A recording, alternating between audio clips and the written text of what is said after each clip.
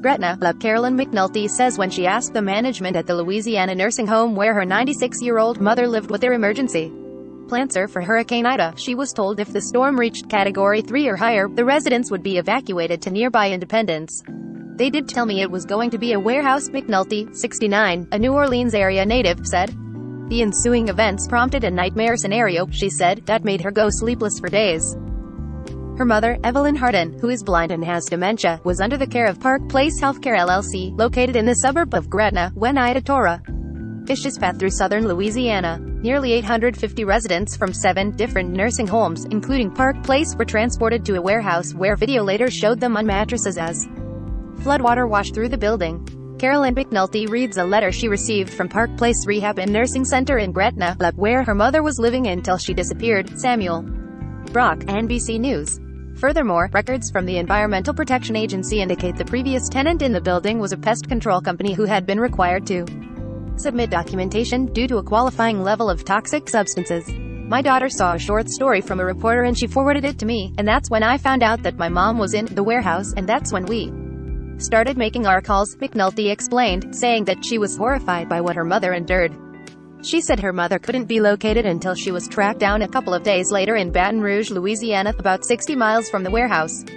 McNulty, a retired hospital technician, says she has no idea how her mother got there, and says communication from the nursing home was non-existent. She said she was hungry, and she was scared.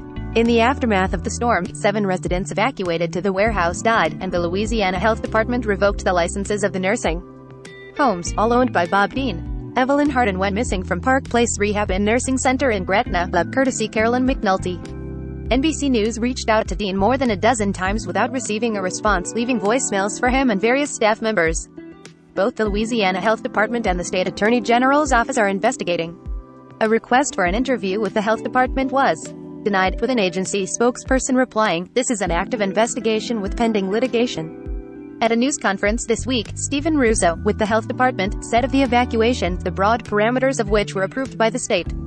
There is no emergency preparedness plan that allows for residents to be kept in such an unsafe, unsanitary and unhealthy condition. For McNulty, the focus now turns to one thing: accountability. "I would like to see the owner punished, and I would like to see the state step up," she said. "The state of Louisiana did not step up for my mother, and I'm just one of the lucky ones that after 2 days I know where my mom is being cared for." Hardin is currently residing in a nursing home in Lafayette, Louisiana, about a 2-hour drive from her original location at Park Place. Her daughter says she will never return to Park Place. When Dean's company took over the nursing home care from the previous owner last fall, McNulty says she received a letter, which she showed to a reporter.